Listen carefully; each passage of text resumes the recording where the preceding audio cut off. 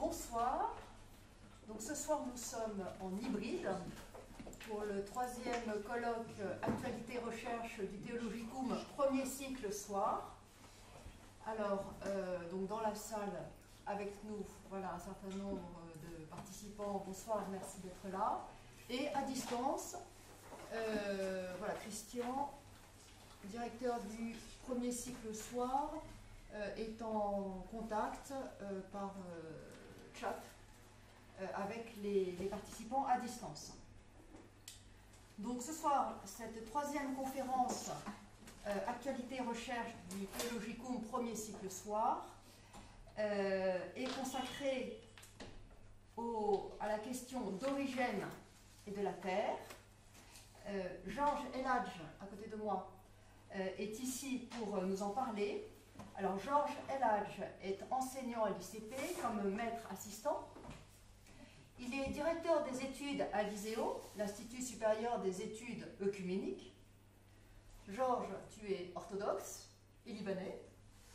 Voilà. Et tu as soutenu une thèse il y a quelques mois, une thèse en théologie et en histoire sur le thème d'Origène et la question de la Terre. Et ce soir, tu es là pour nous parler un petit peu de ta recherche. Merci beaucoup.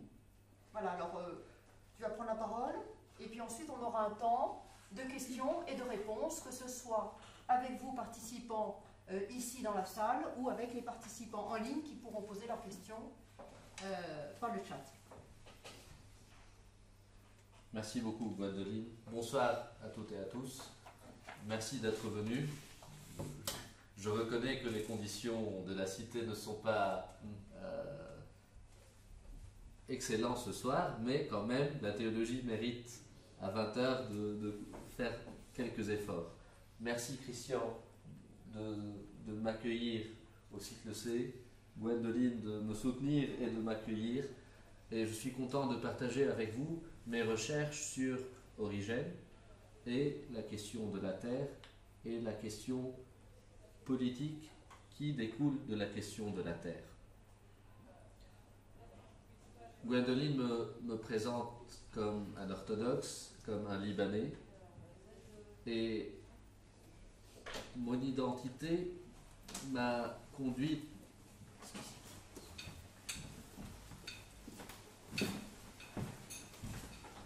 dans mes recherches aussi. Il n'est pas simple de vivre, de naître au Moyen-Orient, là où les guerres, les violences,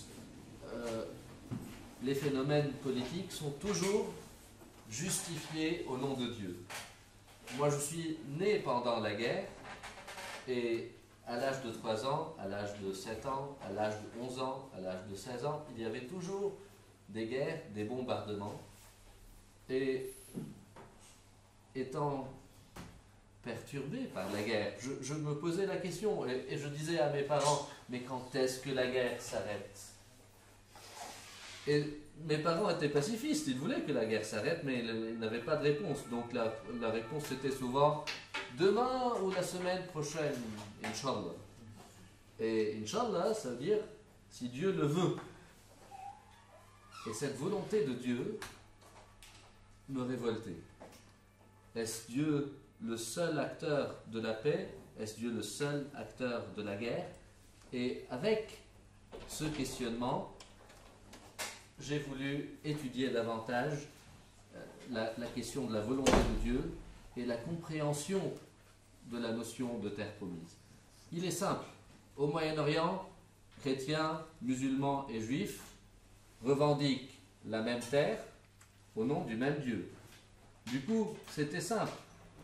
Soit Dieu est un mauvais agent immobilier qui a promis à 3 familles le même territoire et il n'a pas donné les clés, soit nous avons mal compris. Donc, pour mieux comprendre, il fallait trouver une solution. Bonsoir. J'espère que je ne dois pas reprendre. Non. Très bien. Donc, pour comprendre ce problème, il fallait trouver une solution dans les textes aussi. Les textes sont les mêmes. La promesse l'alliance est claire, mais l'application est difficile.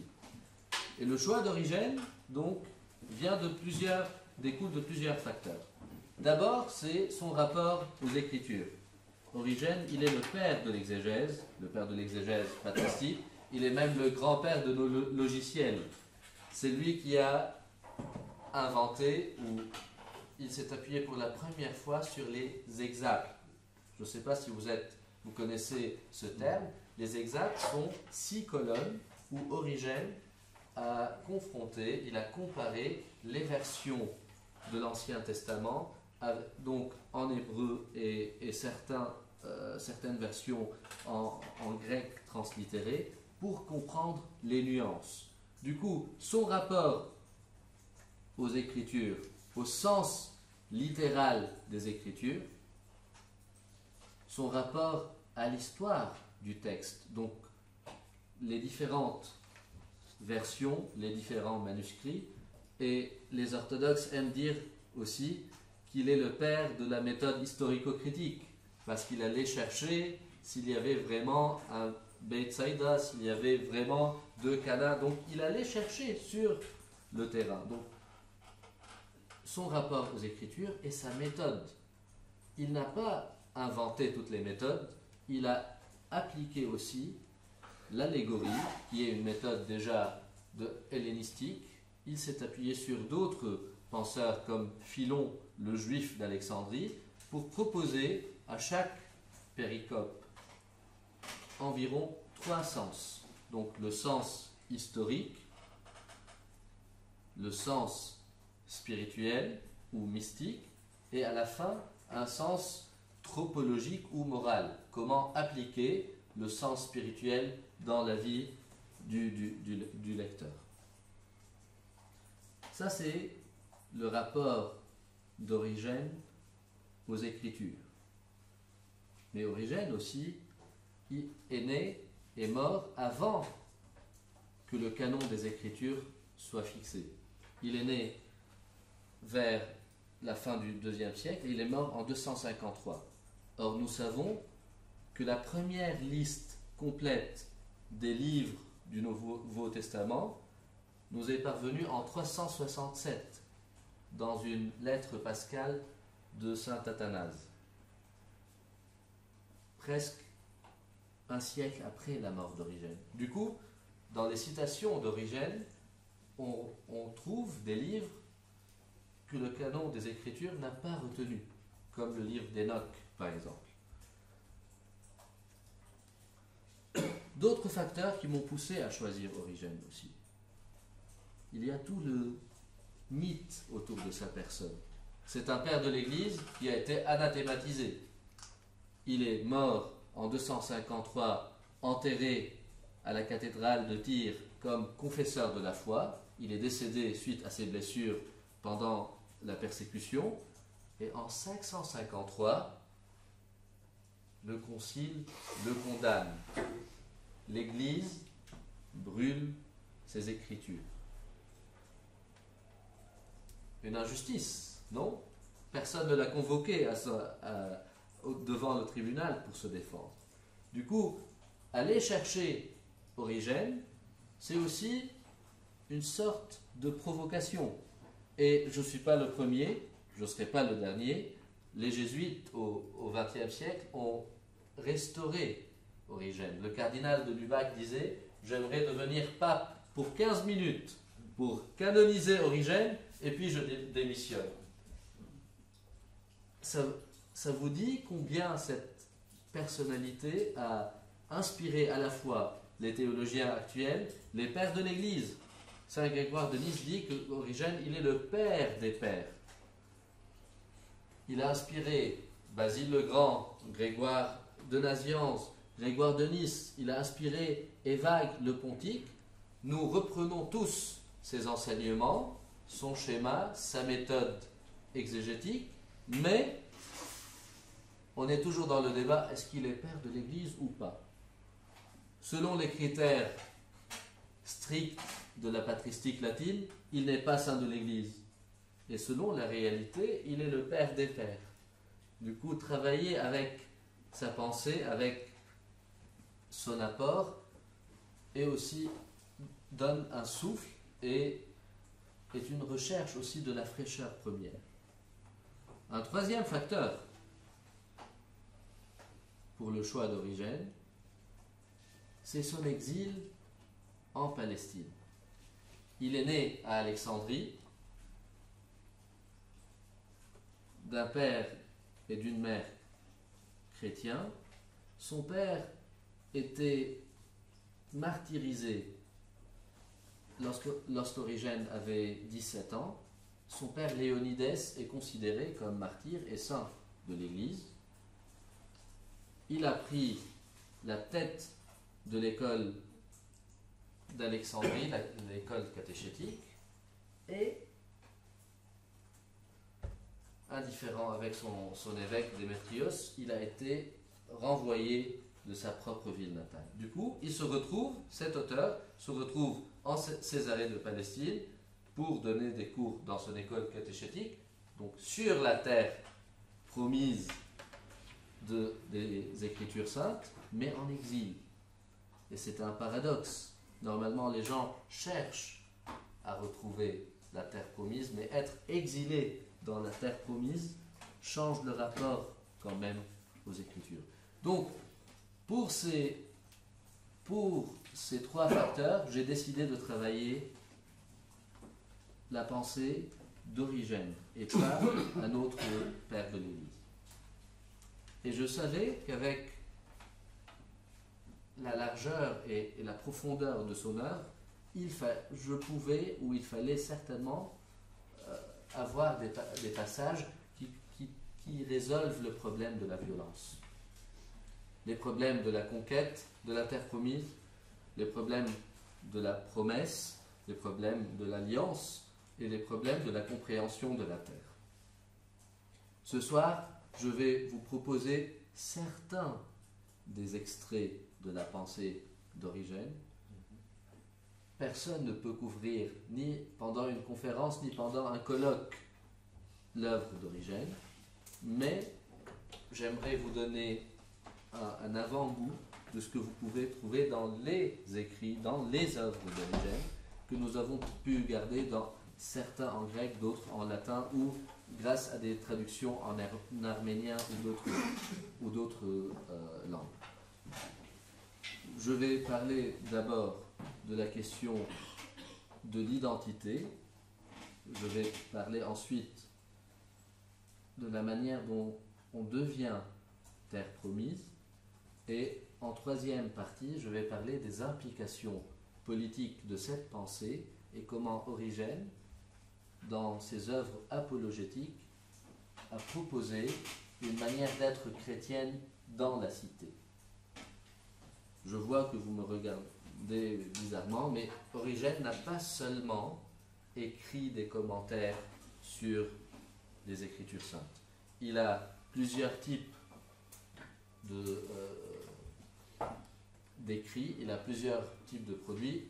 Déjà, il a écrit, lorsqu'il était dans sa période alexandrine, il a écrit le traité des principes. Le traité des principes, son titre nous rappelle les œuvres philosophiques. Il a essayé d'exprimer sa foi en dialogue avec la pensée hellénistique qui était dominante à Alexandrie. Son traité des principes parle de Dieu, le Père, le Fils et le Saint-Esprit, et dans le dernier livre des traités des principes, il explique sa méthode exégétique. Et il associe sa méthode exégétique aussi, donc le sens historique, mystique et moral, aussi à l'anthropologie. Donc il y a le corps, la chair, il y a l'âme et il y a l'esprit. Il a prononcé des homélies qu'on a gardées et aussi à la fin de sa vie, il a écrit une apologie contre Cels. Cels, un philosophe païen, athée, qui a critiqué dans son discours véritable les chrétiens, et Origène, il était soutenu et encouragé par un certain Ambroise, qui était son sponsor, donc son mécène, et Ambroise a demandé à Origène de commenter et de défendre les chrétiens contre celle-ci. Je cite par exemple ce soir, je commence par les homélies sur la Genèse. Et avant de parler de la terre, je vous donne un exemple sur la question de la descendance, sur la question de la promesse de la descendance et comment dans sa pensée, dans sa lecture spirituelle, Origène comprend par exemple une descendance. Attendez, ne lancez pas des œufs et des tomates dès le début. Attendez, on va voir comment ça change. Dans son homélie sur la Genèse, la 11e homélie, il dit « Pour moi, je crois qu'il vaut mieux prendre épouse lorsque le corps est éteint, lorsque les membres sont mortifiés, car nos sens sont bien plus capables de recevoir la sagesse quand nous portons la mort du Christ dans notre corps mortel. » Étonnant au début. Et on ne peut pas prendre ces conseils à la lettre pour faire la pastorale aujourd'hui et préparer les jeunes au mariage. Ça ne colle pas. Mais pourquoi il parle de ça? À un moment donné, Dieu dit « Croissez, multipliez et dominez la terre. » Et c'est une exigence tribale de faire beaucoup d'enfants dans une culture moyen-orientale où tout est difficile. Et un théologien vient dire non, non, non, non, non, on va arrêter là. Vaut mieux attendre, vieillir, et lorsque les membres sont mortifiés, c'est là qu'il faut trouver épouse. Et il parle de qui? Il parle d'Abraham lorsqu'il commente la Genèse. Et Abraham, il a eu combien d'épouses? Combien? Au moins deux. Une officielle. Une officielle. Ça, c'est une question pour un champion. Il a eu 3. Donc, il a eu Agar, Sarah et Sétura. Et comment Origène explique la polygamie d'Abraham? Il explique la polygamie d'Abraham d'une manière allégorique. Et il dit, la femme, c'est la vertu.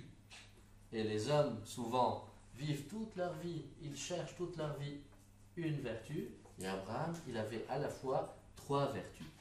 Du coup, il associe la femme à la vertu et il fait une exégèse avec une exégèse allégorique de la descendance pour montrer que à la fin, ce n'est pas le nombre qui compte. Ce n'est ni le nombre d'épouses, ni le nombre d'enfants, et ce n'est pas le lien charnel. Il y a une autre explication dans ce livre de la Genèse. Il applique le même schéma exégétique sur presque tous les passages. Il va du sens historique au sens mystique et après au sens moral. Donc, lorsqu'on lit un passage pareil, on ne comprend pas ce qu'il veut. Mais son programme, c'était de commenter toutes les Écritures, de ne pas laisser un seul passage sans commentaire. Et pourquoi? Parce qu'il croit que toutes les Écritures sont inspirées, qu'elles soient donc que ce soit l'Ancien Testament ou le Nouveau Testament. Et cette manière de parler de l'inspiration de l'Esprit Saint, c'est dans la théologie orientale ce qu'on appelle la tradition. Lorsqu'on parle de la tradition, on ne parle pas d'une question d'ancienneté ou d'un concile donné ou d'une manière de faire. C'est l'inspiration du Saint-Esprit qui a inspiré à la fois les écrivains et les lecteurs. Et donc on ne peut pas rejeter même un petit paragraphe ou un petit passage. Dans d'autres passages, il dit, dans son commentaire sur Jean, il dit « Marie n'a pas d'autre fils que Jésus. quand Jésus dit à sa mère, voici ton fils, et non pas, voici cet homme qui peut-être est aussi ton fils, c'est comme s'il lui disait, voici Jésus que tu as enfanté. En effet, quiconque est arrivé à la perfection ne vit plus, mais le Christ vit en lui. Et puisque le Christ vit en lui, il est dit de lui à Marie, voici ton fils, le Christ. Premier passage, il dit, ce ne sont pas les membres charnels. Il ne faut pas chercher une descendance. Deuxième passage, il dit, on n'est pas invité à devenir Jean. Voici ton fils. Jean devient un Christ. Il devient Christ lui-même. Du coup, la descendance, elle n'est pas seulement spirituelle, c'est une descendance christique.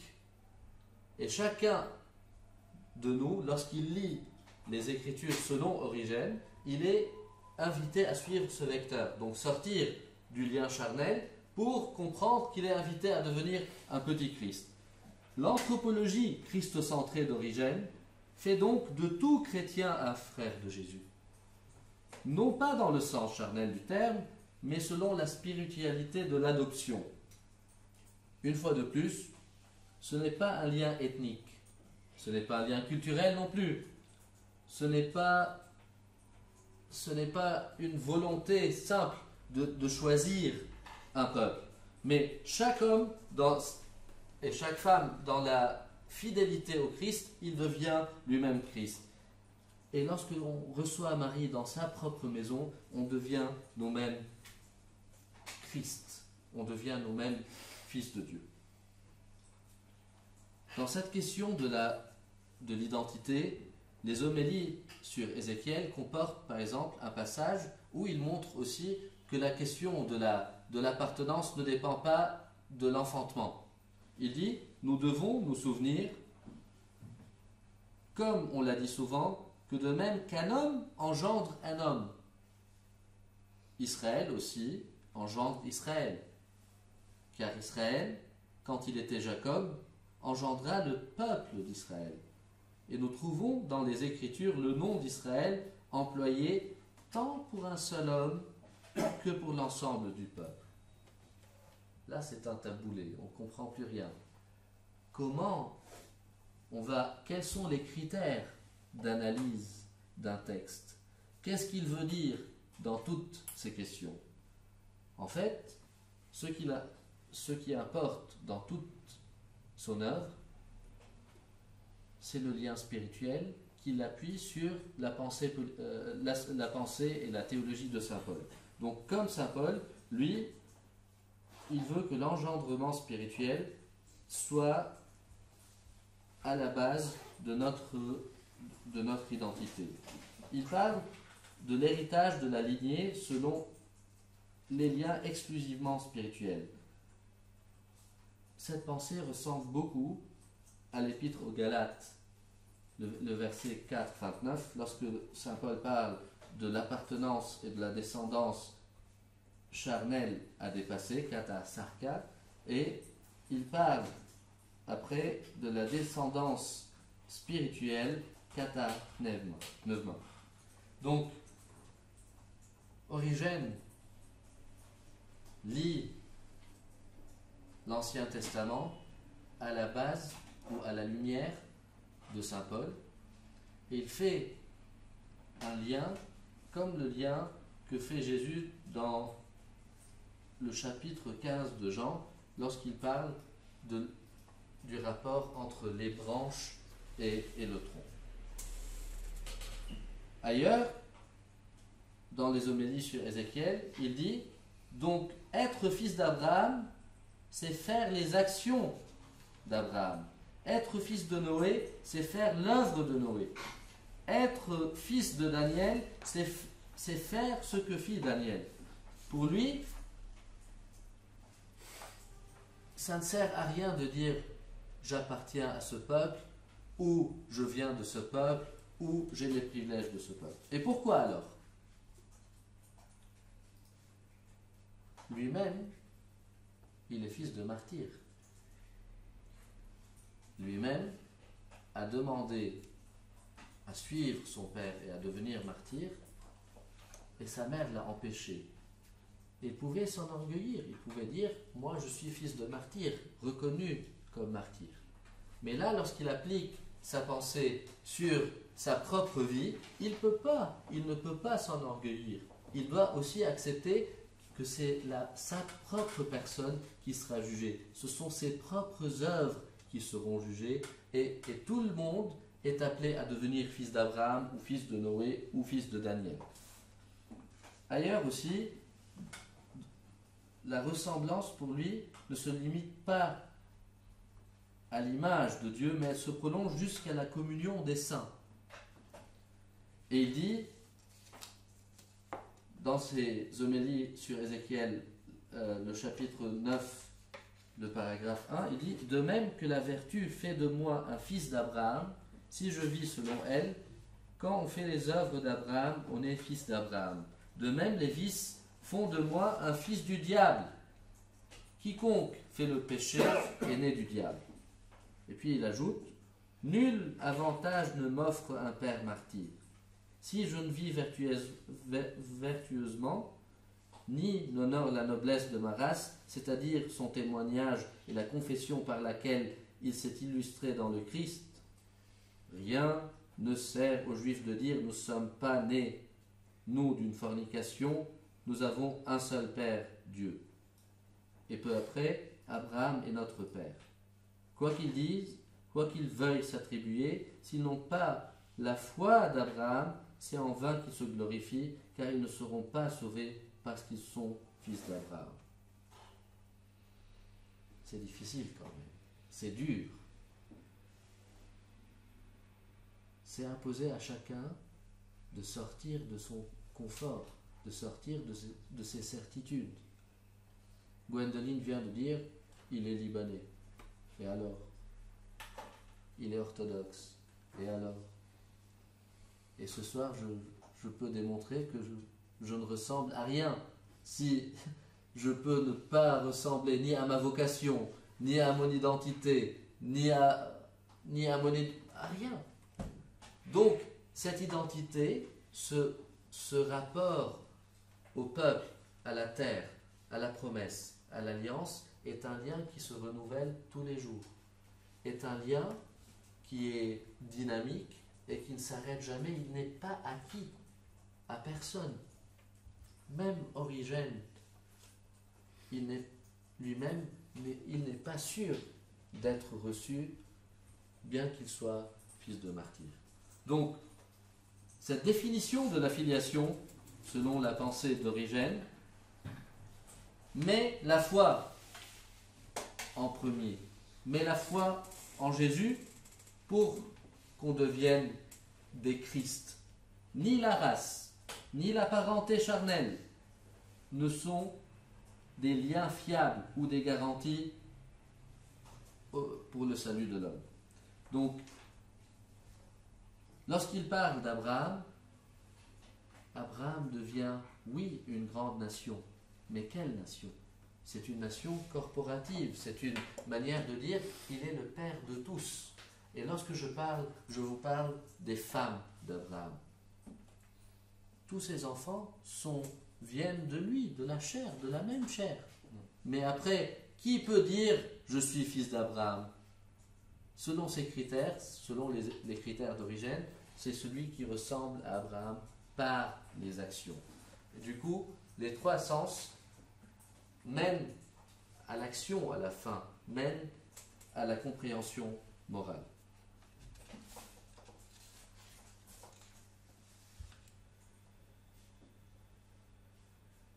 Pour conclure cette première partie, il faut dire que ce n'est pas l'identité qui donne la terre promise. Et ce n'est pas non plus la terre promise qui donne l'identité. C'est celui qui donne et la descendance, et la terre, et la loi. C'est Dieu lui-même qui donne l'identité et le repos et l'action à son peuple. Donc, choisir Origène lire ces passages qui peuvent être exotiques ou bizarres ou même inapplicables, c'est pour aller chercher ce mouvement déjà dans la pensée et comment on dépasse le lien charnel, le lien politique, le confort ou les certitudes, les garanties pour aller chercher ailleurs. Lorsque Dieu parle dans le livre de la Genèse de la terre, il parle aussi d'habiter la terre. Le livre de la Genèse dit « Croissez, multipliez, emplissez la terre et soumettez-la ». Aujourd'hui déjà, ces versets sont controversés dans le débat avec les mouvements écologiques. Le christianisme est accusé d'être anthropocentrique et de ne pas respecter la nature. On va poser la question à Origène. Comment il comprend cette question? Lui, il dit, notre homme intérieur est constitué d'esprit et d'âme. Disons que l'esprit est le mal, avec le mal, avec un accent circonflexe. L'esprit est le mâle pour l'âme, et on peut la déclarer, disons que l'esprit est le mâle, et l'âme, on peut la déclarer la femelle. S'ils s'entendent, s'ils s'accordent entre eux, pour leur union, ils croissent et multiplient.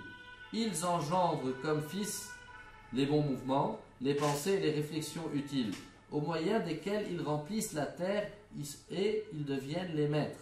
C'est-à-dire qu'ayant maîtrisé les inclinations de la chair, ils la tournent à de meilleurs desseins et en sont les maîtres et ne tolérant aucune insurrection de la chair contre la volonté de l'esprit.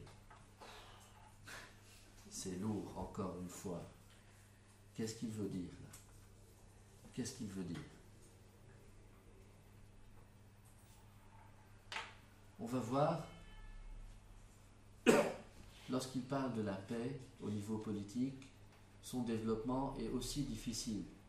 Lorsqu'il parle de remplir la terre, on ne parle pas encore de la terre promise. Il parle de l'âme, de l'esprit, du pneuma, de la psyché. Mais c'est quoi ça, tout ce mélange? Pour lui, avant tout, c'est une question d'unité et c'est une question de la croissance de l'homme. Donc il dit que, avant tout, on pose l'unité de l'homme intérieur comme la condition pour remplir la terre. C'est l'homme total, c'est l'homme entier, c'est l'harmonie qui habite chacun de nous qui remplit la terre. Dans ses homélies sur la Genèse, Origène présente une anthropologie bipartite aussi. L'homme est formé d'âme et d'esprit. Pour mieux décrire cette unité de l'être, il va parler d'un mariage, il va parler d'une union.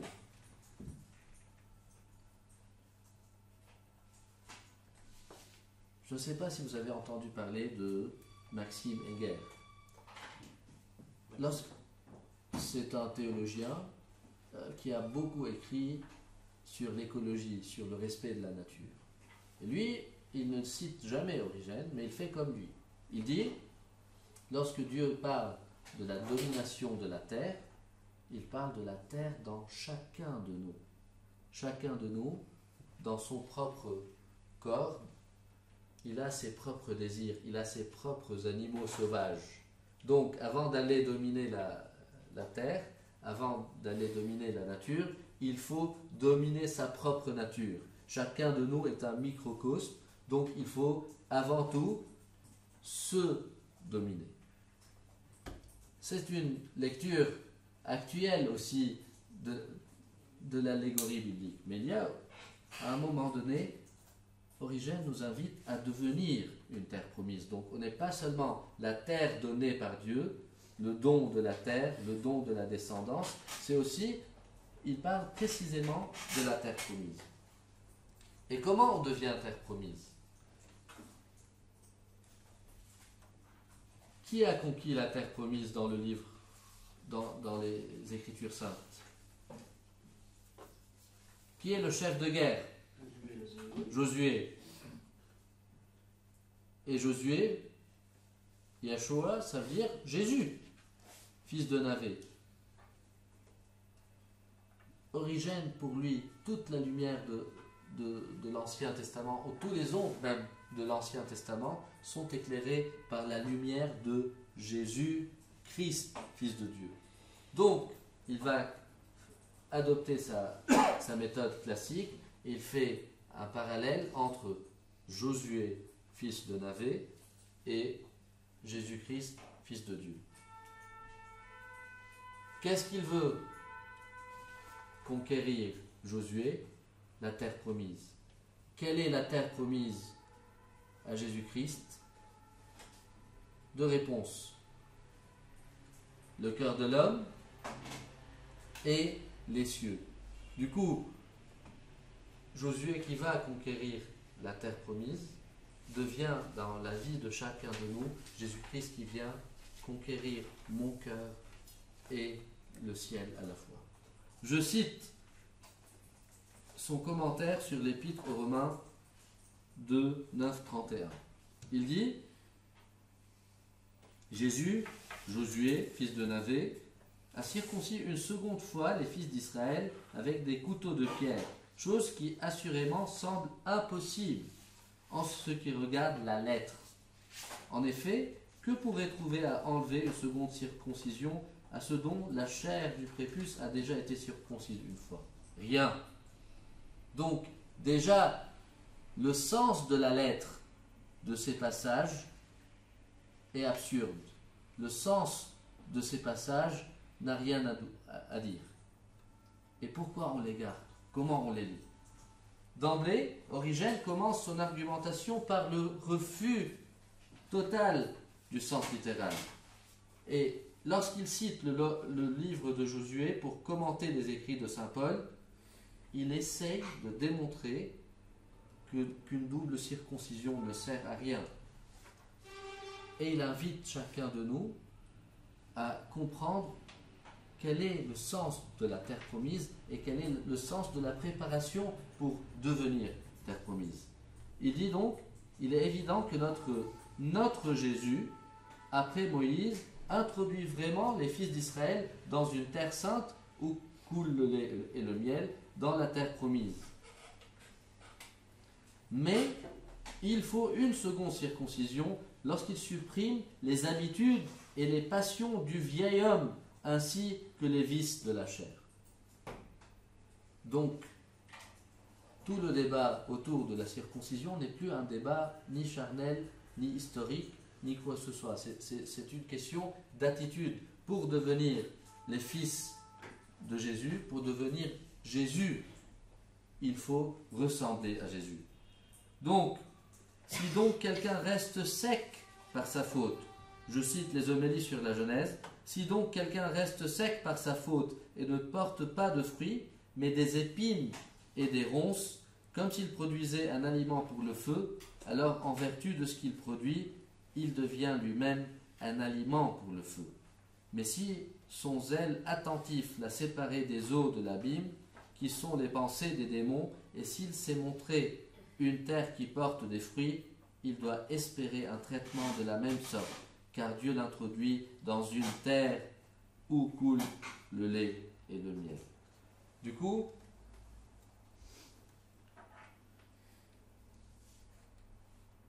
lorsqu'on lit ces passages, on comprend tout le débat sur la légitimité de sa lecture.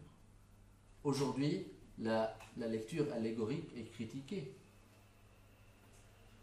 On pense, et c'était déjà le cas de l'école d'Antioche, je ne sais pas si vous savez, mais les écoles exégétiques d'Antioche et d'Alexandrie étaient toujours en opposition et même en concurrence. Les Antiochiens disaient, mais on tire par les cheveux le sens de ces passages. Et on s'éloigne de l'histoire, on s'éloigne de la lettre, et on ne peut pas tirer un enseignement de cette méthode de lecture. Aujourd'hui même, l'école d'Antioche a pris le dessus, parce que l'allégorie ne peut pas être appliquée pour comprendre tous les sens des Écritures. Aujourd'hui, la philologie, l'archéologie, la comparaison et l'exégèse ont des outils pour comprendre la composition, l'histoire des textes, et nous n'avons plus besoin d'aller trouver des sens allégoriques. Mais pourquoi Origène est lu encore? Cette proposition garde toujours une lecture spirituelle qui n'est pas invalidée, ou donc les avancées de la science n'invalident pas cette lecture, parce que la lecture d'Origène est une lecture finalement spirituelle au niveau personnel. Devenir terre promise. Personne ne prend à la lettre déjà les propositions d'Origène. Lorsqu'on parle des fruits, des ronces, personne ne prend à la lettre ce sont juste des images et des métaphores pour une vie spirituelle qui ressemble au Christ. Lorsqu'on lit le chapitre 15 de Jean, je suis la vie, personne ne va prendre à la lettre la métaphore. On comprend la métaphore. Donc, la foi en Jésus-Christ se manifeste par deux mouvements. Le premier est le refus de l'idolâtrie et le second est le rejet du péché. Pour Origène, l'analogie entre l'homme et la terre permet de constater que tout homme vertueux devient en quelque sorte une terre promise dans laquelle il découle le miel et le lait.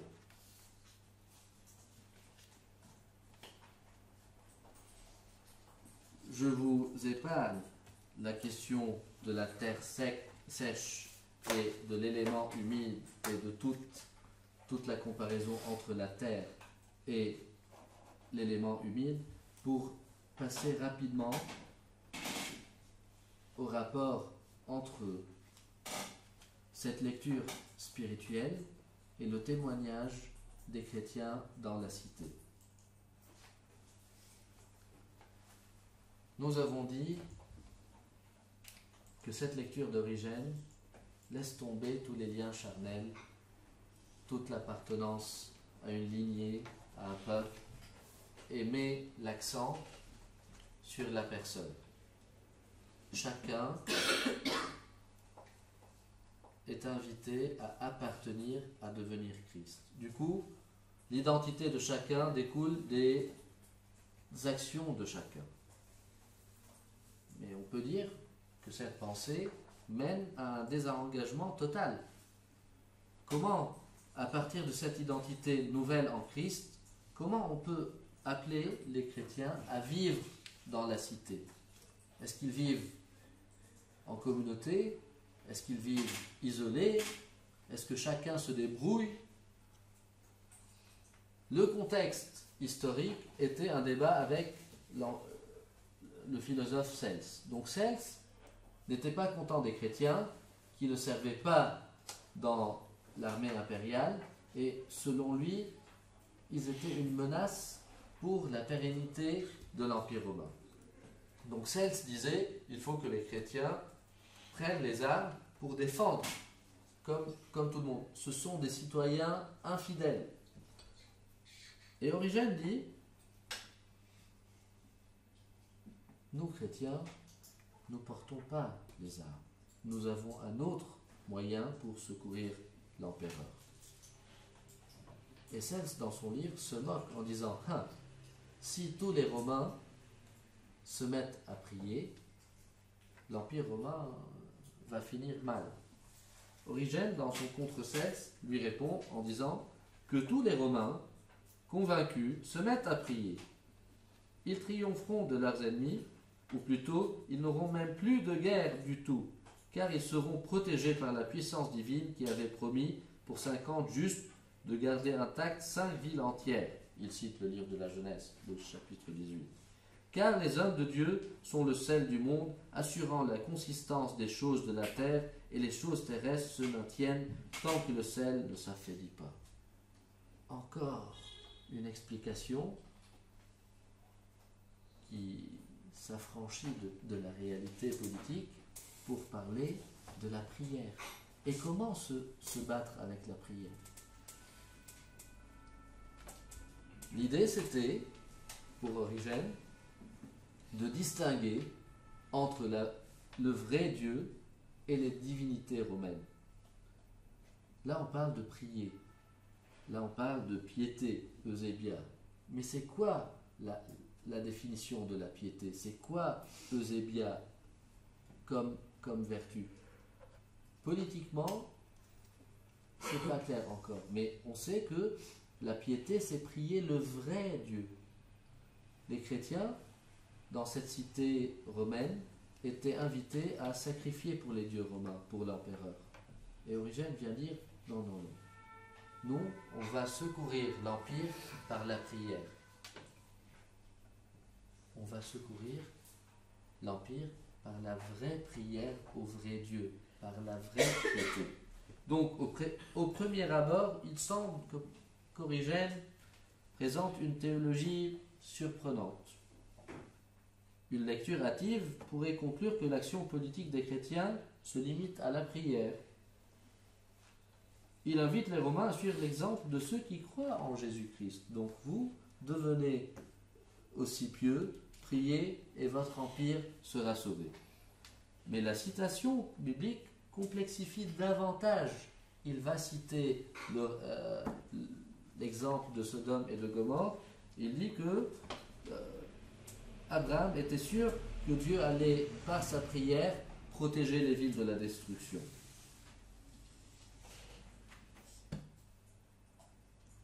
Si Dieu protège la ville de la destruction, c'est que Dieu aussi permet la destruction de la ville, non?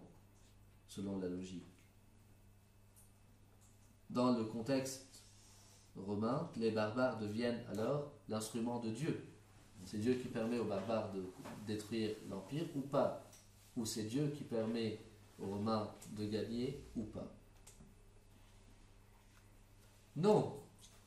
L'idée d'Origène, c'était de convertir l'Empire de l'intérieur. Parce que la paix et la guerre commencent dans le cœur de chacun. Lorsqu'on a parlé de la terre promise comme étant le cœur de chacun et la source, donc le lieu où Dieu va habiter, son peuple va habiter, et l'association entre la terre promise et le cœur, là, pareil. La prière n'est pas parce que c'est Dieu qui va conduire les armées et les forces, mais parce que la guerre commence dans le cœur de chacun. Et en plus, Origène répond à une position utopique de Cels. Cels dit, si tous les Romains se mettent à prier, ils vont perdre l'Empire. Mais qui a dit que tous les Romains allaient prier?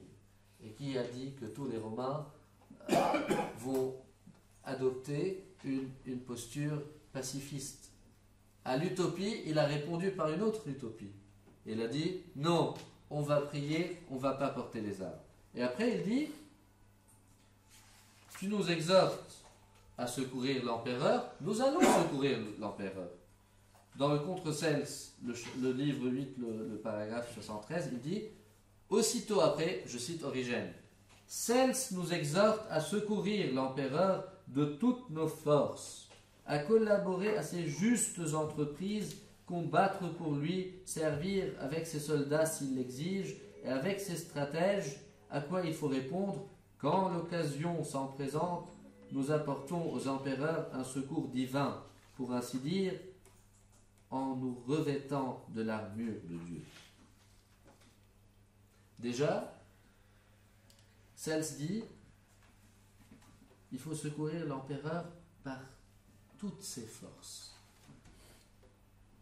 Et comment dit le commandement dans l'Ancien Testament? Aime le Seigneur de tout ton cœur, de toutes tes forces. Et pour Origène, on ne peut pas confondre l'empereur et Dieu. Le seul Dieu à adorer, c'est le Dieu d'Origène, c'est le Père de Jésus-Christ, et l'empereur reste, malgré la volonté romaine, un pauvre type à aider. Mais ça ne veut pas dire qu'on rejette le pouvoir romain. Ce n'était pas une manière de dire on est des révoltés dans l'Empire. C'était une manière de dire l'objectif est encore plus loin. je cite sa manière de parler lorsqu'il parle du port des armes. Toujours dans le contre-Cels, il dit « Mais ceux qui, d'après vous, sont prêtres de certaines statues et gardiens des temples de vos prétendus dieux, ont soin de garder leur main droite sans souillure pour les sacrifices, afin d'offrir à ceux que vous dites Dieu les sacrifices traditionnels avec des mains pures de sang et de meurtre. » La pureté rituelle. Et sans doute, il continue, en temps de guerre, vous n'enrôlez pas vos prêtres. Si donc cette conduite est raisonnable, combien plus celle des chrétiens. Pendant que d'autres combattent en soldats, ils combattent comme prêtres et serviteurs de Dieu. Ils gardent pure leur main droite, mais luttent par des prières adressées à Dieu pour ceux qui se battent justement et pour celui qui règne justement, afin que tout ce qui est opposé et hostile à ceux qui agissent justement puisse être vaincu.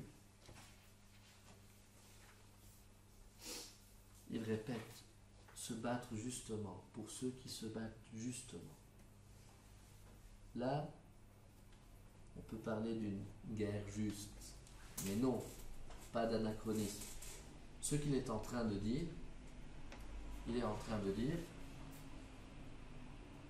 les païens cherchent la pureté rituelle et refusent de porter des armes, parce que les armes rendent impures leurs prières et leurs sacrifices. Et, a fortiori, les chrétiens, qui sont tous prêtres, ils ont tous le sacerdoce royal, ils ne peuvent pas porter les armes. Pour Cels, c'est un argument qui est absurde, mais pour les chrétiens, le baptême fait de tous des prêtres. Et du coup, ils ont déjà un argument liturgique, si vous voulez, pour ne pas prendre les armes.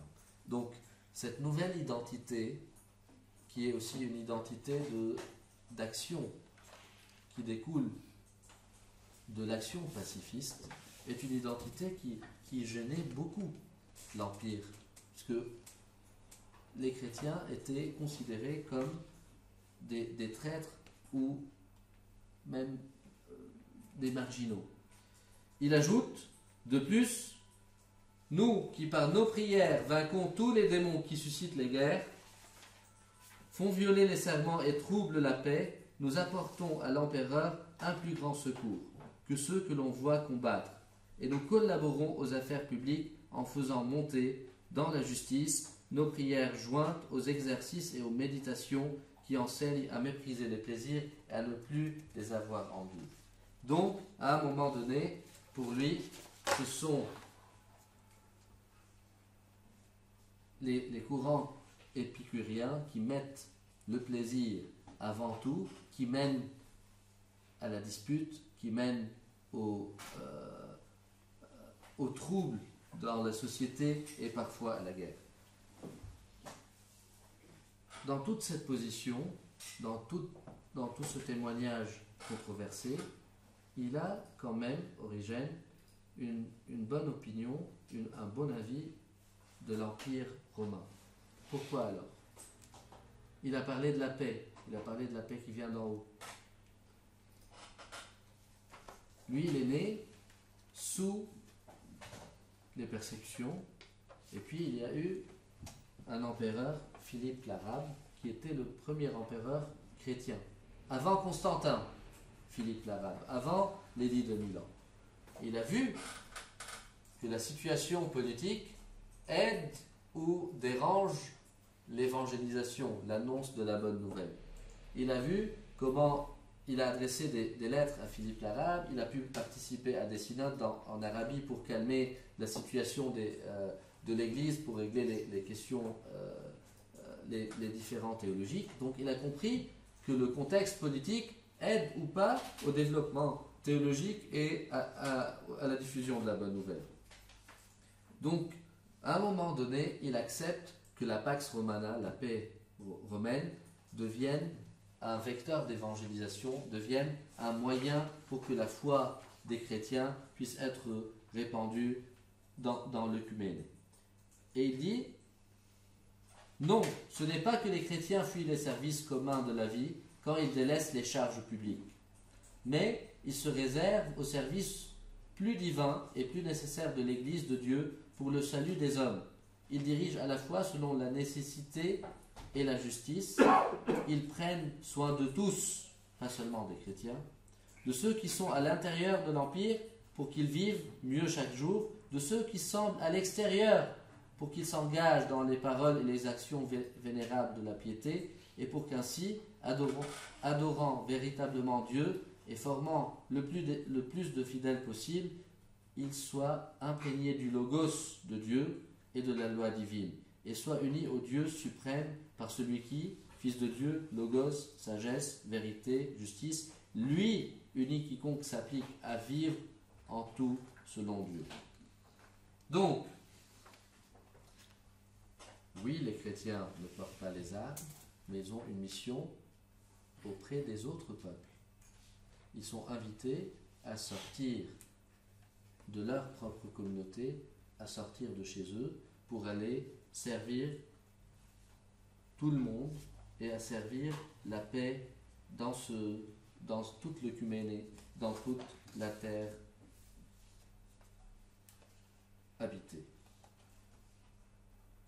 Il dit, Dieu préparait les nations à recevoir son enseignement, et les soumettant toutes au seul empereur de Rome, et en empêchant que l'isolement des nations, dû à la pluralité des royautés, ne rendit plus difficile aux apôtres l'exécution de l'ordre du Christ, allait de toutes les nations faites des disciples. Donc, il n'y a pas de prédication, il n'y a pas d'évangélisation, il n'y a pas de diffusion de la bonne nouvelle sans paix. L'Empire romain, qui n'est pas chrétien, il était l'outil pour pacifier les relations entre les nations et les peuples, pour que les disciples du Christ puissent aller servir la parole et servir la diffusion de la parole. Il ajoute, il est manifeste que Jésus est né sous le règne d'Auguste, qui avait, pour ainsi dire, réduit à une masse uniforme, grâce à sa souveraineté unique, une souveraineté unique, politique, la plupart des hommes de la terre. L'existence de nombreux royaumes eût été un obstacle à la diffusion de l'enseignement de Jésus par toute la terre, non seulement pour la raison déjà dite, mais encore à cause de la contrainte imposée aux hommes de tous les lieux de prendre les armes et de faire la guerre pour défendre leur patrie. La chose s'était produite avant les jours d'Auguste et même encore auparavant, quand il fallut par exemple que se déchaîna la guerre entre les habitants du Péloponnèse et ceux d'Athènes. Et donc, il parle d'une situation où la guerre empêche la diffusion de la foi, et donc la paix politique, qu'elle soit le fruit d'un empire chrétien ou pas, même un empire païen, peut servir Dieu en servant la paix.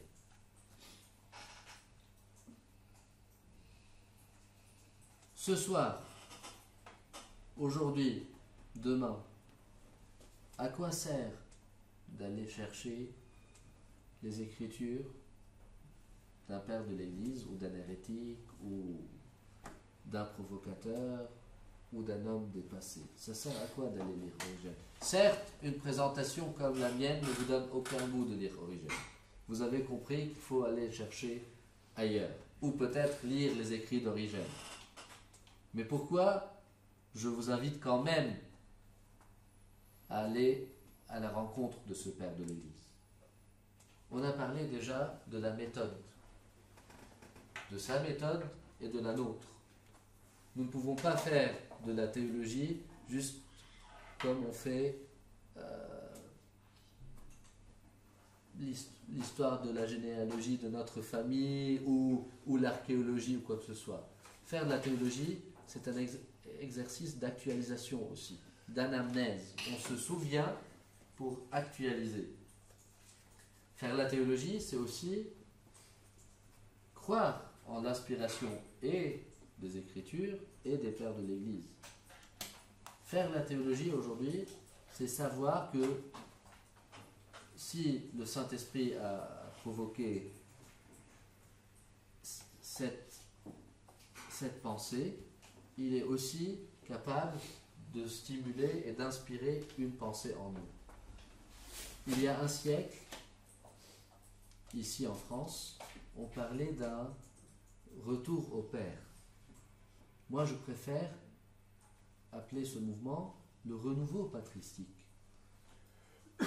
Les termes retour au Père étaient employés par un certain Georges Plorowski au début, qui était étudiant et après prof à l'Institut Saint-Serge.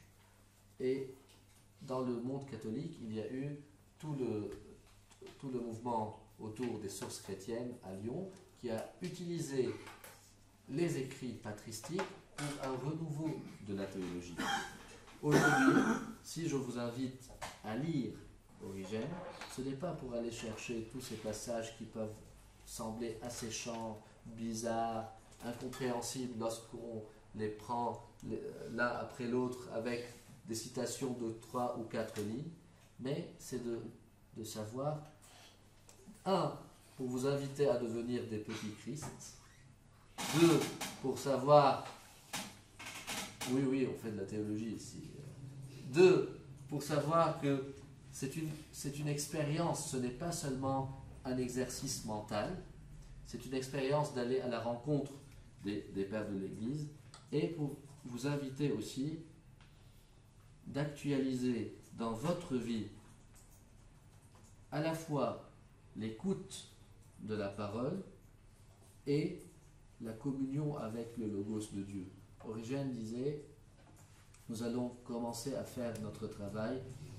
Comme disciples du Christ, on va aller vers les nations, mais le travail n'est pas terminé, il ne sera jamais accompli. C'est le Logos seul qui va convertir tous les cœurs.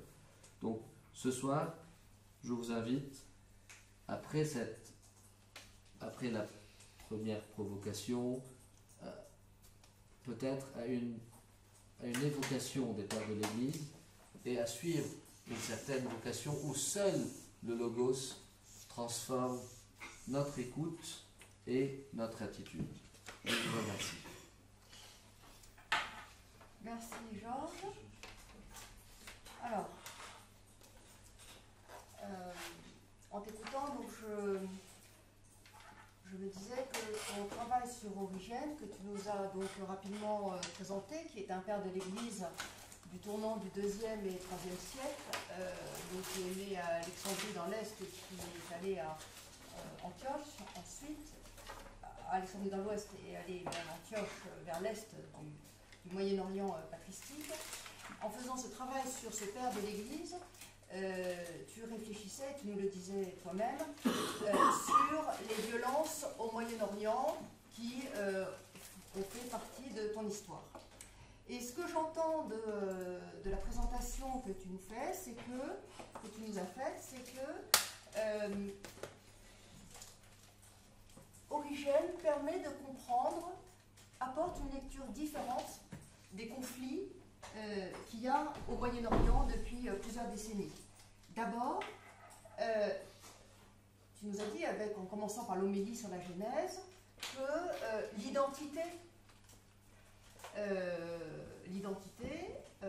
au Moyen-Orient notamment, n'est pas une identité qui est une identité d'appartenance à un peuple, ou une identité qui est donnée par le sang, mais c'est une identité qui est donnée par la foi en Christ. Voilà. Donc, il me semble que, voilà, on a là, avec Origène, une manière de lire différemment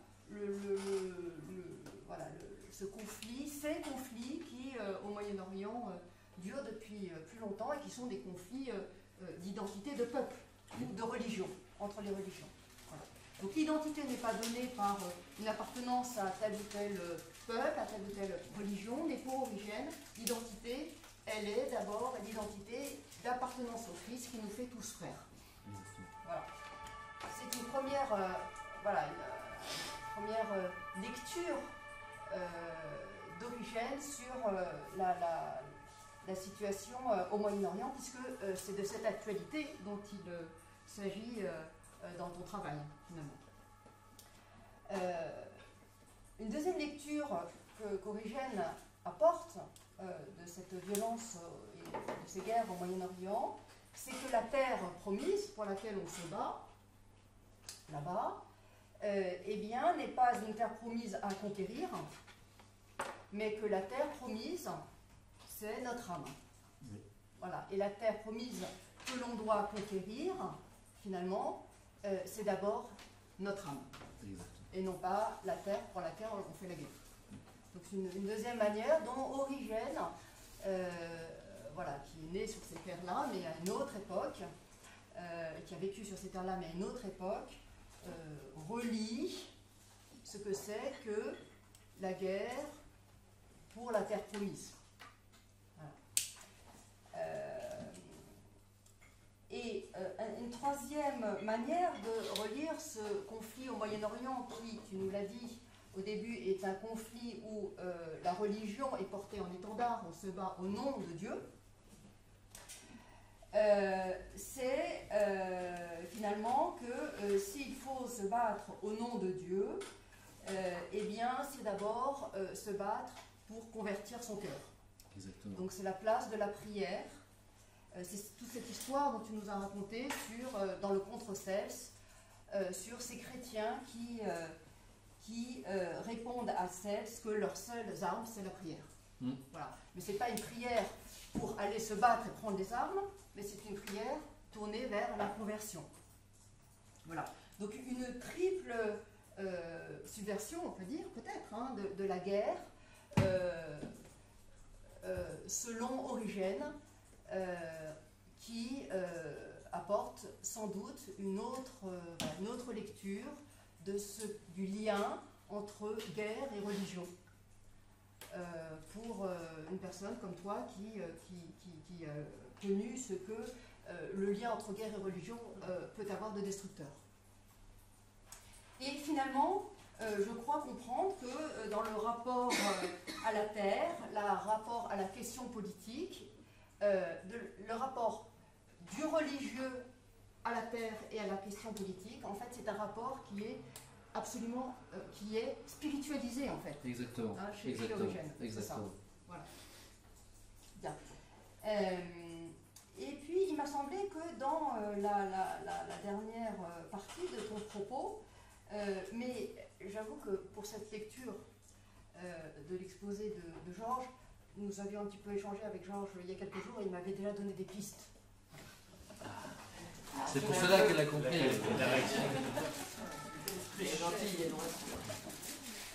Et une deuxième piste que tu vas nous donner et qui apparaît dans la fin de ton exposé, c'est sur le fait que les chrétiens sont finalement ont pour mission le service de tous les peuples. Voilà. Et dans cette mission du service de tous les peuples,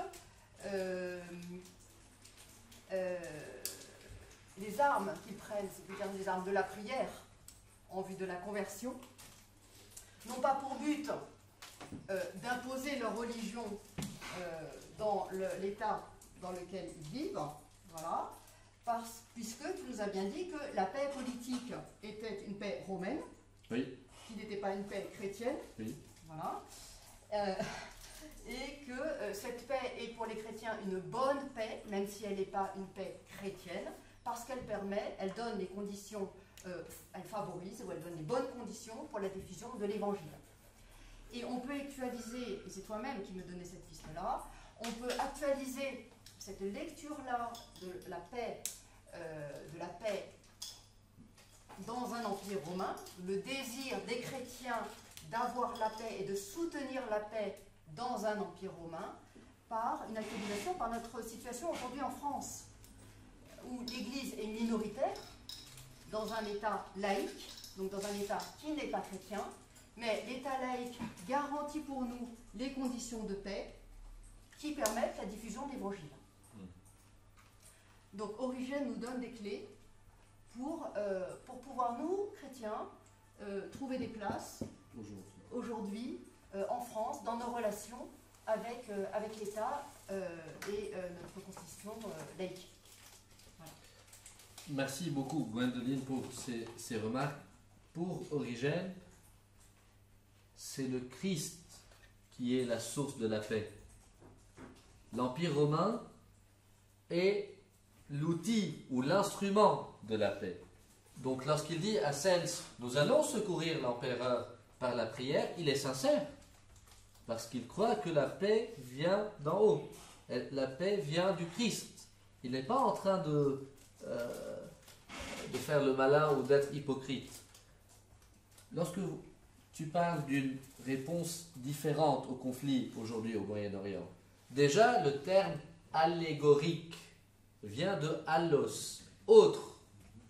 Et les pères de l'Église et déjà l'apôtre Paul dans son épître aux Romains, il nous invite à respecter les autorités en place et à vivre autrement, à vivre comme des disciples de Jésus-Christ, à ne pas suivre les mœurs des païens dans leurs excès. Nous sommes invités au salut, nous sommes les disciples de Jésus-Christ, donc vivre autrement, c'est aussi résoudre les problèmes autrement. Ne pas chercher à tuer, mais chercher à régler d'une manière paisible et pacifique les conflits. Oui, ça devient beaucoup plus difficile de trouver la terre promise lorsqu'elle est dans notre cœur, parce qu'il y a une multiplication des terres promises. À chacun de laisser le Christ, donc Jésus, conquérir son cœur. Et là, qu'est-ce qu'on est résistant tous les jours. Et pour la question du conflit au Moyen-Orient et les conflits armés et le rapport à Dieu, il faut dire que Dieu n'annule pas le droit international. C'est ça le problème chez nous au Moyen-Orient. Au Moyen-Orient, le droit international, il est clair. Il y a des frontières normalement. Les nations se sont mises d'accord pour régler le conflit. Mais le problème, c'est que chacun dit, mais non, Dieu me permet de prendre davantage. Dieu a dit, les Écritures. Donc un texte peut être dangereux, un texte religieux peut être à la fois dangereux et à la fois une solution. Mais comment lire? Quelle méthode de lecture appliquer aux Écritures saintes? Et finalement, 2 points, c'est cette manière d'intérioriser la violence. Donc dire, je me bats contre mes géants, je me bats contre mes ennemis, c'est une manière d'intérioriser le combat. Et lorsque tu parles des chrétiens serviteurs de tous les peuples, il faut dire, moi j'ai commencé mes travaux et mes recherches sur Origène il y a plusieurs années. Aujourd'hui, dire aux gens que je suis chrétien orthodoxe au service de la paix, c'est pas toujours évident dans tous les pays. Aujourd'hui, même les références à la foi chrétienne, à la culture chrétienne, ne sont pas toujours génératrices de paix. Du coup, c'est un défi de dire, nous, chrétiens, orthodoxes, catholiques, protestants, nous lisons les pères de l'Église, nous lisons l'Écriture selon la foi en Jésus qui est notre paix.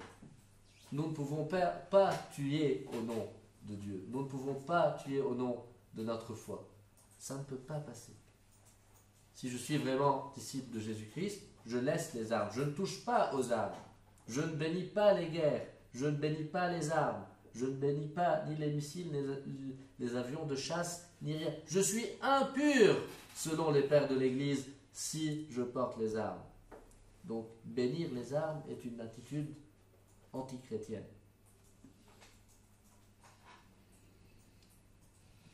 j'arrête. Alors, bon, on est dans un temps de questions, de reprise et de questions. Hein. Voilà, donc, si vous avez des questions, n'hésitez pas, Christian. Je ne sais pas si tu as des questions. J'en ai peut-être une, je vais commencer Alors, parce que elle reprendra plutôt dans l'ordre du propos ce que tu as dit rapidement pour resituer un peu tout simplement Origène, parce qu'on a tous peut-être une petite idée ou l'autre, mais on ne le connaît pas très bien. Et une personne qui nous suit à distance te demandait simplement, bon évidemment brièvement parce que le dossier est complexe, mais si tu pouvais repréciser un tout petit peu les raisons qui ont conduit finalement à l'anathème une part des écrits d'Origène, en allant un peu à l'essentiel de ce dossier qui est un dossier complexe, mais voilà.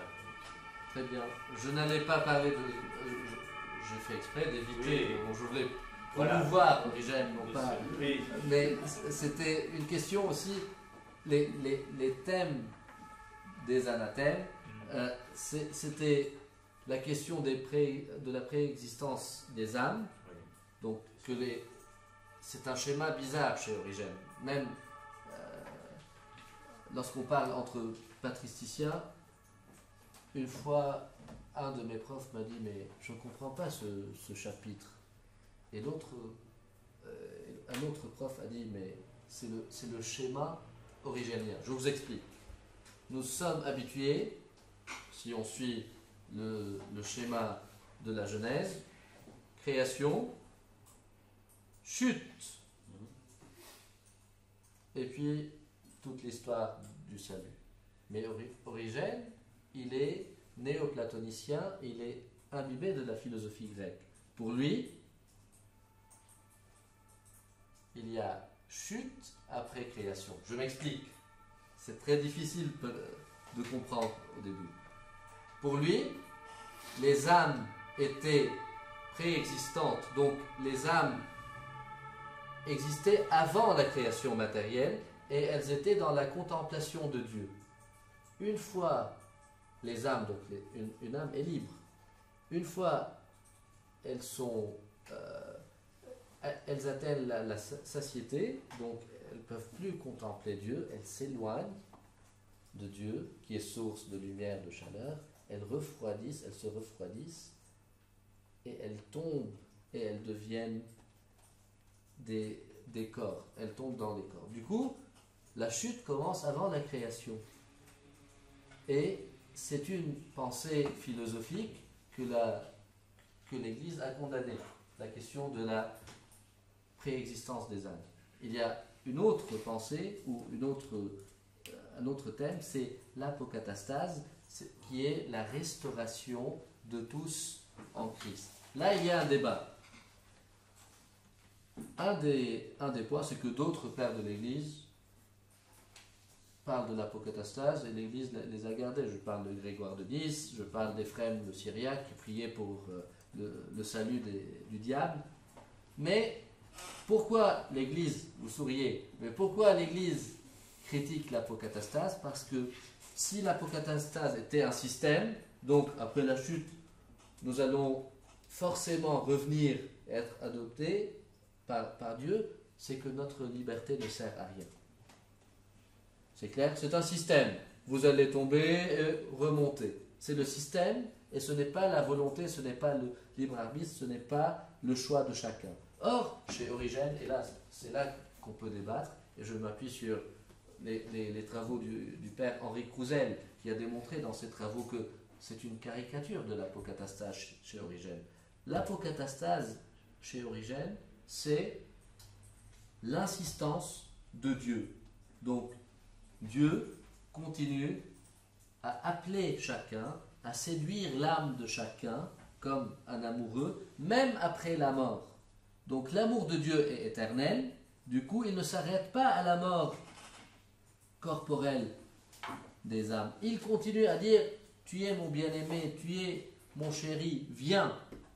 C'est ça l'apocatastase selon Origène, et ce n'est pas un système automatique de salut indépendamment de notre choix.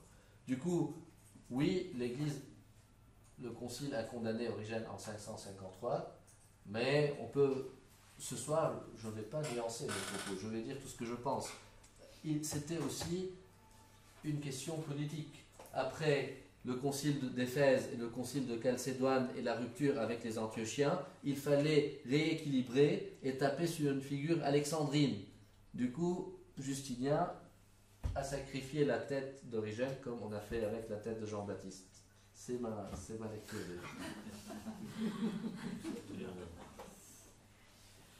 D'autres questions? Pour l'instant, c'est tout ce que j'ai moi en ligne. Je vais relancer nos amis qui peut-être vont poser d'autres questions. Mais on va donner, moi j'en aurai, mais on va donner la parole à tous ceux qui ont le plaisir d'être présents.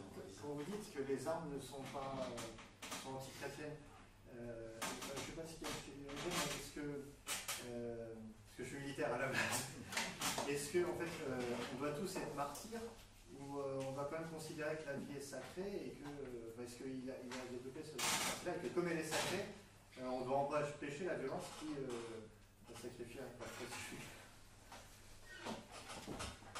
Très bonne question, surtout que je ne suis pas un gourou, donc je n'ai pas de réponse à toutes les questions.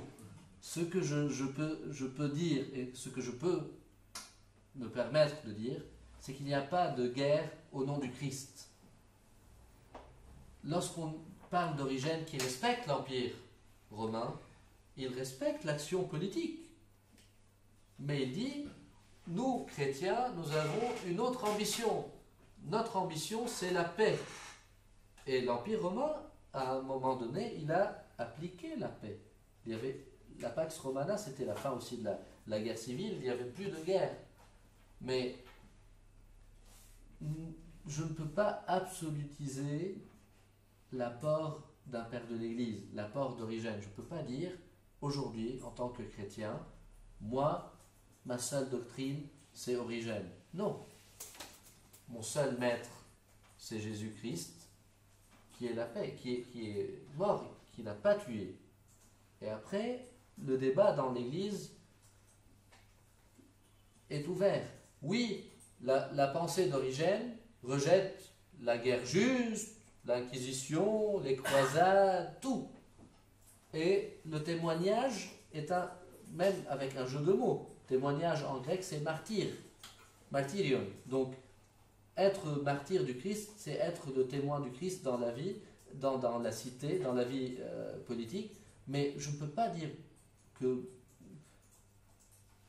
si mon pays est attaqué, je vais dire aujourd'hui aux Ukrainiens ne portez pas les armes. Moi, je ne tire pas de conclusion absolutiste. Moi, ce que je peux dire aux Russes aujourd'hui, que si on suit vraiment le Christ, on ne commence pas une guerre et on ne va pas à la guerre. Mais donner des leçons aux gens, moi j'essaie de ne pas donner des leçons aux gens, mais on a vu que les pères avant Constantin avaient des positions très claires.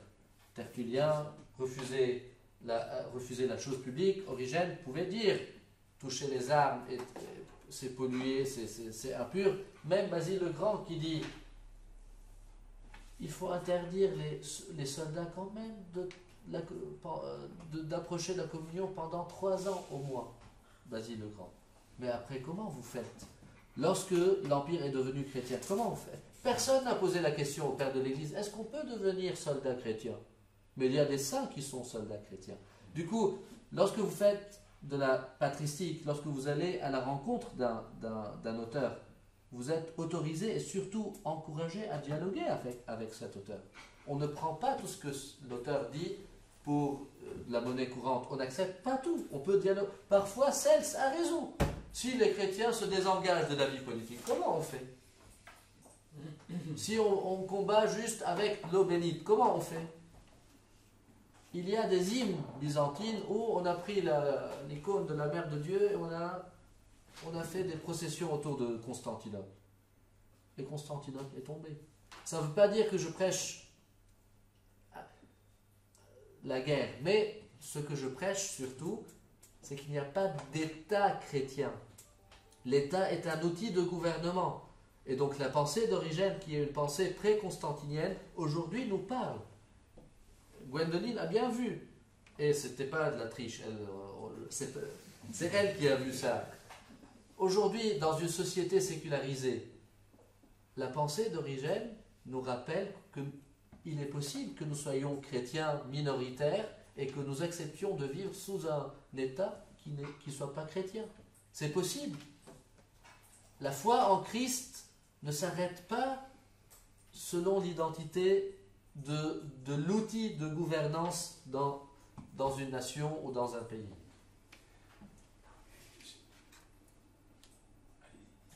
Je voulais revenir sur l'interprétation de dominer la terre comme domination de ses pulsions. Oui. Vous avez cité Maxime Heger, E-G-E-R. Oui. Et est-ce que Je l'ai cité parce qu'en lisant Maxime Heger, je retrouve la même méthode d'Origène. Origène dépasse le sens littéral pour aller trouver une signification spirituelle et puis une application dans la vie de chacun. On appelle ça le sens tropologique, mais j'ai parlé de la violence. On a parlé de dominer ses penchants, dominer sa colère, dominer sa cupidité, dominer sa propre méchanceté ou sa malice, son malice. Donc, lorsqu'on parle de dominer les animaux sauvages ou de dominer ce qui est sauvage, mais il y a aussi ce qui est sauvage en nous. Nous sommes aussi une terre. Nous sommes une terre promise et chacun de nous est une terre propice pour produire de bons fruits ou les ronces et les mauvais fruits.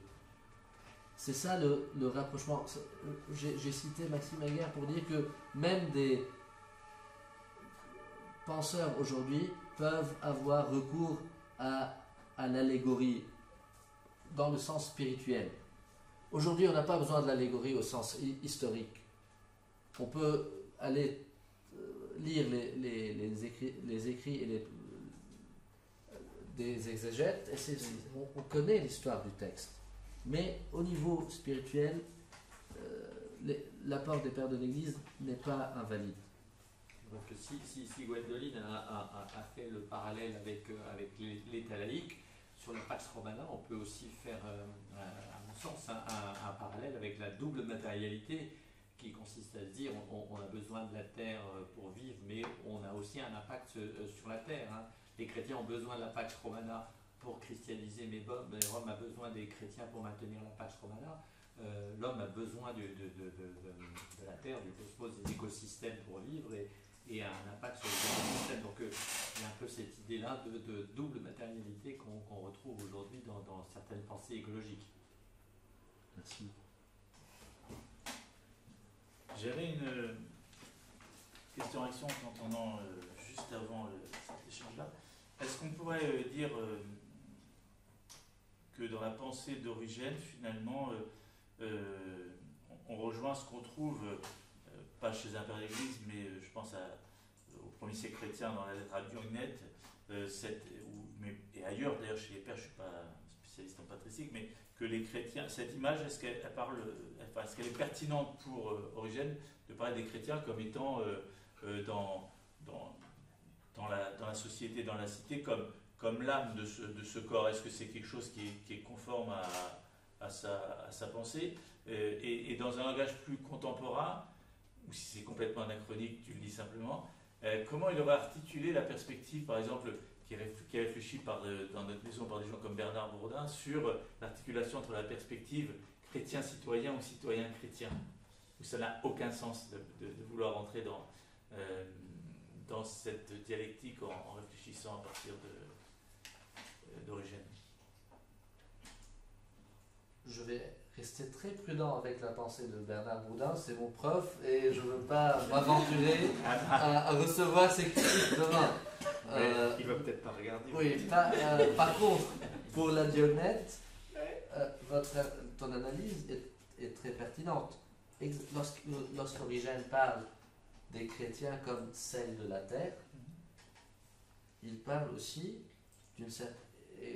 La Dionette parle de l'âme de ce monde, c'est qu'ils sont invisibles. C'est quoi? L'âme est la partie invisible de l'homme. Le corps on le voit, mais l'âme fait bouger tout le corps. Et le sel donne le goût sans qu'il soit majoritaire. Ce rapprochement est pertinent.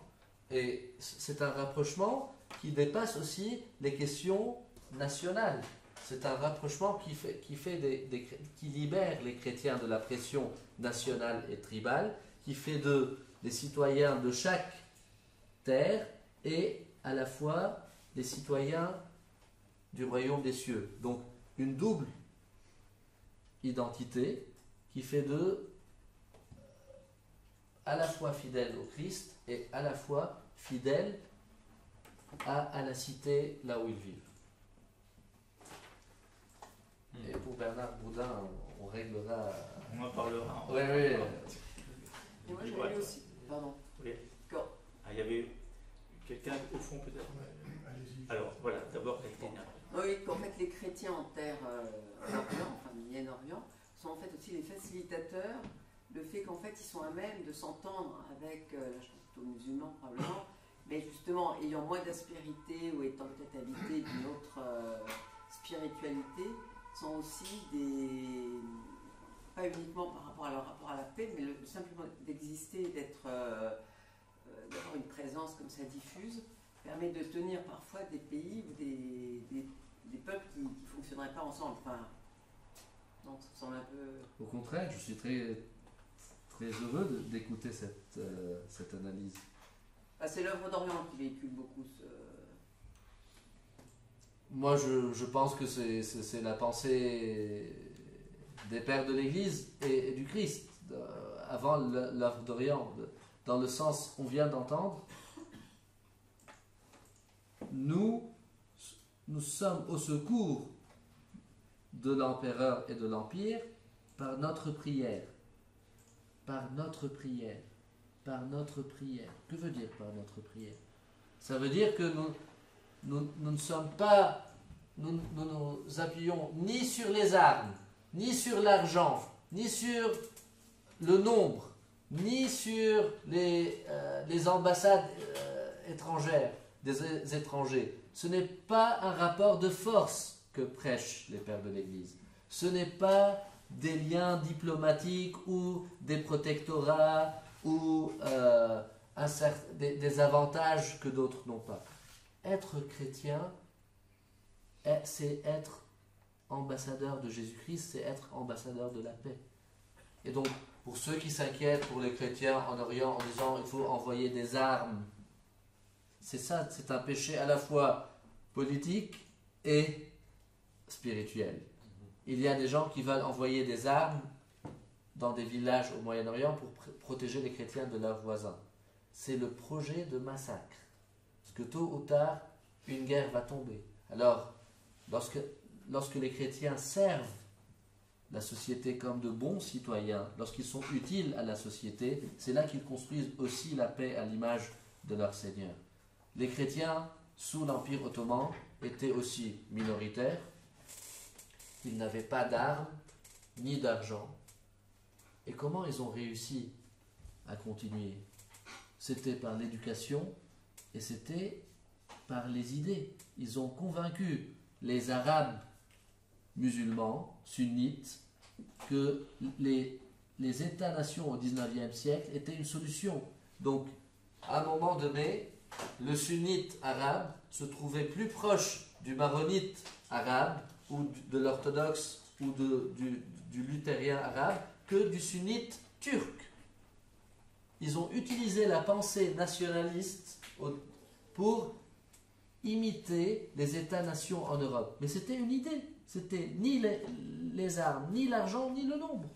C'était un dialogue en disant, mais il y a une culture là qui nous rassemble. Ce sont les chrétiens qui ont fait la Renaissance arabe. Les chrétiens. Ce sont pas les chrétiens n'étaient pas en train de se cacher ou de se replier dans des identités syriaques, assyriaques. Ils ont dit, nous sommes arabes pour pouvoir proposer un projet politique catholique, universel, qui rassemble. Ils ont rassemblé. Les chrétiens ont rassemblé sous l'Empire ottoman. Et ce sont les chrétiens qui ont décidé de faire la Renaissance arabe. La Renaissance arabe n'était pas un projet musulman, c'était un projet chrétien.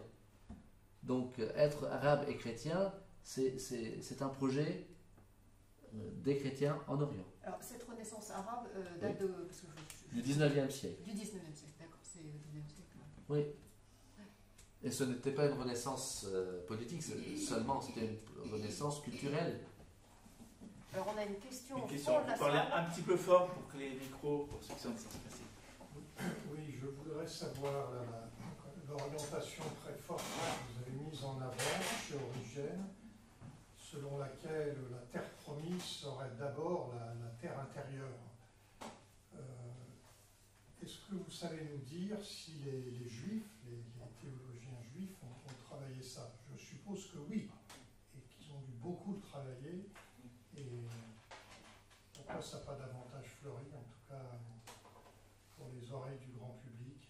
Qu'est-ce qu'on peut en dire de ça? Moi, je connais plus Origène que les exégètes juifs, mais dès le début, et tout le monde le sait, Origène était en dialogue avec des rabbins juifs.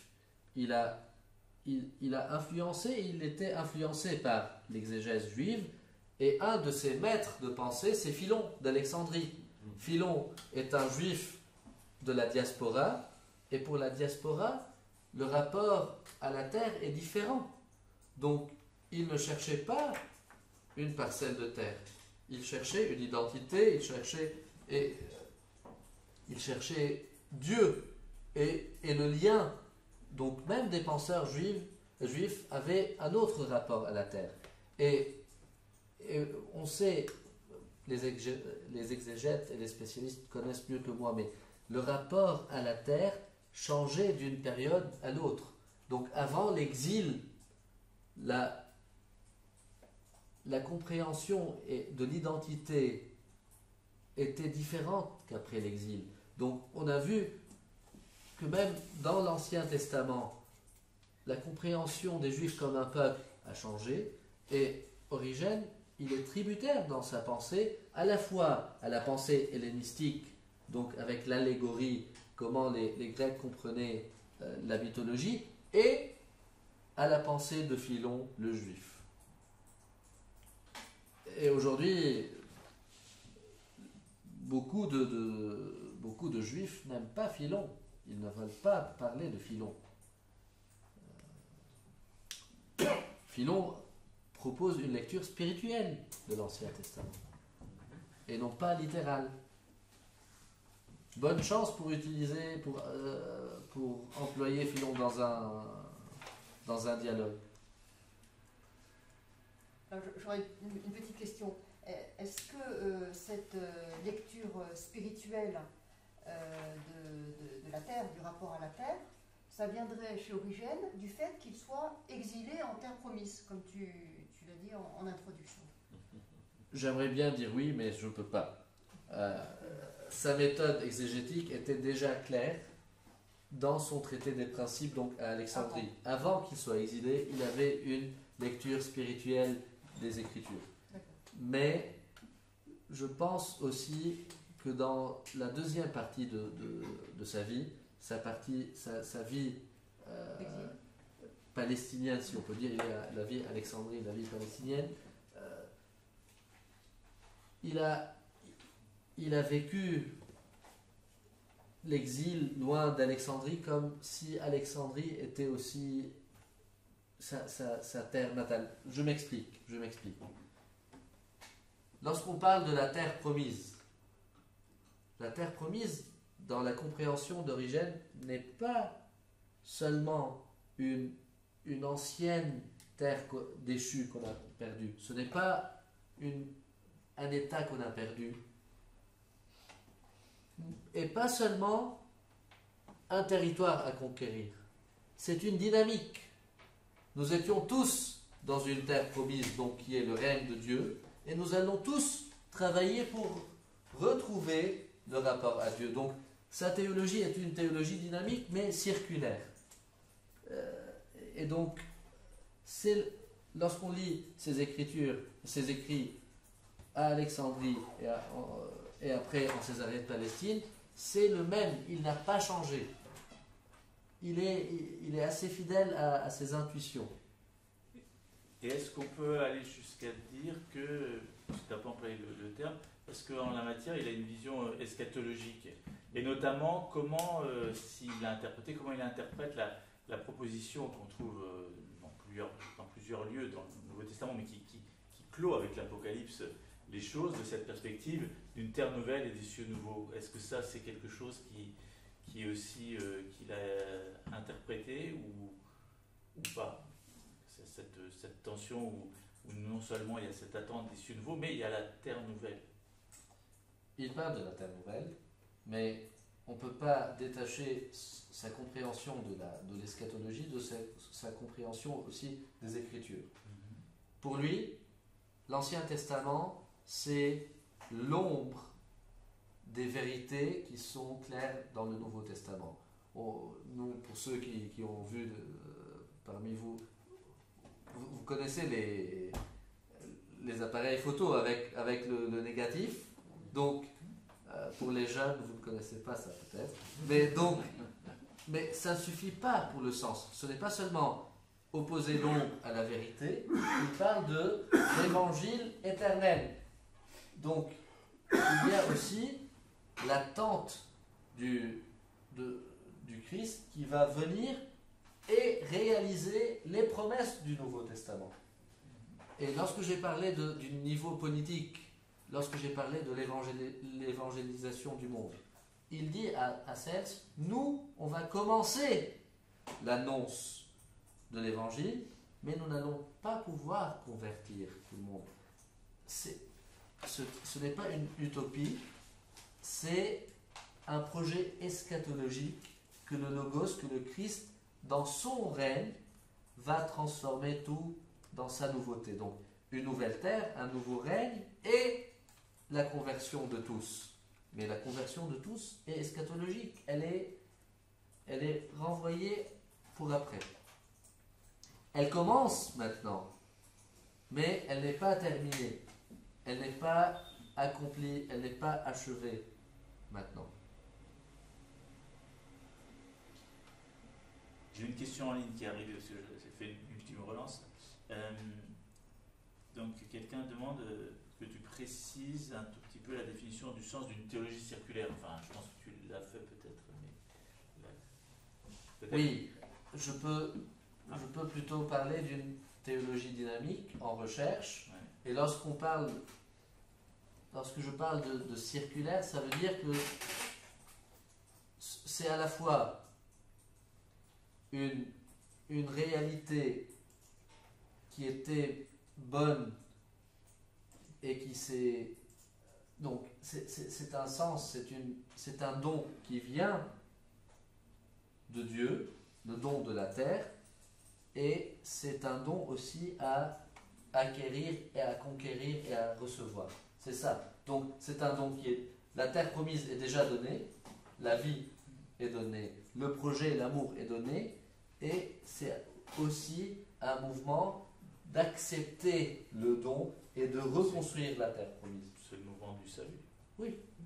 Donc, il n'est pas si exotique que ça, finalement. Donc, c'est pas, parce que je voyais réagir en ligne, ça veut pas dire qu'on est dans une conception du temps circulaire. Non, non. C'est pour ça qu'il faut faire attention. Non. Bien sûr, c'est pas ça que ça veut dire. Non. Parce qu'il est bien, elle est linéaire, enfin, elle est courbée, quoi. Oui. Mais c'est pas une circularité qui annulerait.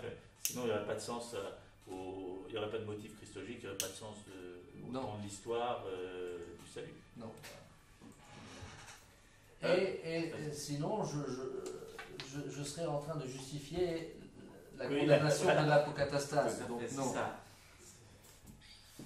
L'apocatastase n'est pas un système circulaire. Alors, nous sommes, excuse-moi, parce que je vois juste ma montre là. Il nous reste 5 minutes, hein, on est tous les deux. On doit vérifier le temps parce qu'ici, il faut s'arrêter à 50, on va avoir la sonnerie. Donc, voilà, c'est le moment si vous avez des choses rentrées en vous, là, que vous ne voulez pas rentrer avec une frustration, en disant j'aurais bien aimé entendre notre intervenant qui précise quelque chose ou poser une question. C'est le moment. moment. Le bon moment, oui. Moi j'ai une question. Quand on voit, enfin, quand Origène parle de la paix politique de l'Empire romain comme on vient, en fait, je me dis en quelque sorte, est-ce qu'il n'a pas vécu déjà une telle paix, elle est mise en place et il n'aura pas le temps de la voir dans un long terme.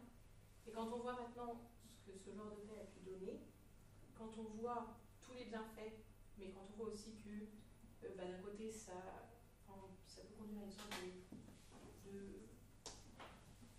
de mélange entre pouvoir spirituel et pouvoir temporel, on s'approprie les deux, et aussi tous les pays où à force de paix on aurait presque un endormissement. En fait, où est le juste milieu entre la paix politique et se dire, d'un côté, moi j'ai la phrase de Tertullien qui me revient, le sang des martyrs et semence de chrétiens. Si je vous dis qu'il faut désirer le martyr pour avoir la ferveur de la foi, je serai menteur. Même, il y a des pères de l'Église qui nous apprennent qu'il ne faut même pas souhaiter le martyr.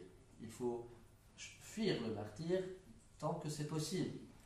Je pense même à Saint Cyprien de Carthage. Le martyr est le dernier choix possible. Lorsque je parlais du témoignage dans la cité, parfois c'est plus difficile de vivre en chrétien que de mourir en chrétien. C'est plus difficile de dire nous allons patienter, nous allons vivre comme minorité, nous allons... Aujourd'hui, être chrétien à Gaza n'est pas simple. C'est plus simple de partir ou de mourir, mais rester là-bas, c'est très difficile. Être chrétien au Pakistan, c'est très difficile. Ou dans certains pays en Afrique, où être chrétien, ambassadeur de Jésus-Christ et de la paix, est beaucoup plus difficile que choisir le martyr sanglant. C'est un témoignage aussi de dire j'accepte de vivre en minorité, j'accepte de ne pas imposer le confort politique. Et si je peux me permettre, c'est finalement le Seigneur ou c'est Dieu qui décide dans quelle époque et dans quelle période nous allons vivre, chacun de nous, si c'est au niveau personnel. Donc, choisir de vivre sous la persécution ou sous la paix, moi je souhaite à tout le monde de vivre sous la paix. Moi je vis dans un espace aujourd'hui, dans l'Union européenne, la paix était un projet chrétien. Si la paix politique mène à un relâchement chez certains, c'est leur problème. Mais la paix, ça n'empêche pas que la paix politique soit un projet chrétien. Nous, chrétiens, nous cherchons avant tout la paix, et c'est le Seigneur, c'est le Christ qui va juger le cœur de certains. Moi, je souhaite à chacun de nous de pouvoir vivre l'ardeur de la foi et la chaleur de la foi dans la paix. Si la persécution pousse les gens à être des martyrs, je ne pense pas que c'est à moi de décider, c'est Dieu qui décide finalement. Quand est-ce que la persécution tombe ou la paix tombe. Mais le Christ est notre paix, il n'est pas notre persécution, il n'est pas notre... Comment ? On se souhaite la paix du Christ. Oui, exactement. Voilà, Et bien encore, merci beaucoup pour...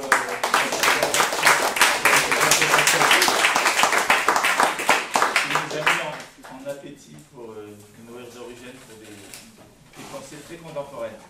Bonne soirée à tous. à tous, voilà, qui êtes là, il y a ceux qui sont en ligne. Voilà, je vais leur envoyer un message en ligne. Bien, très bien. Voilà. Voilà, merci. Bonne soirée. Au revoir.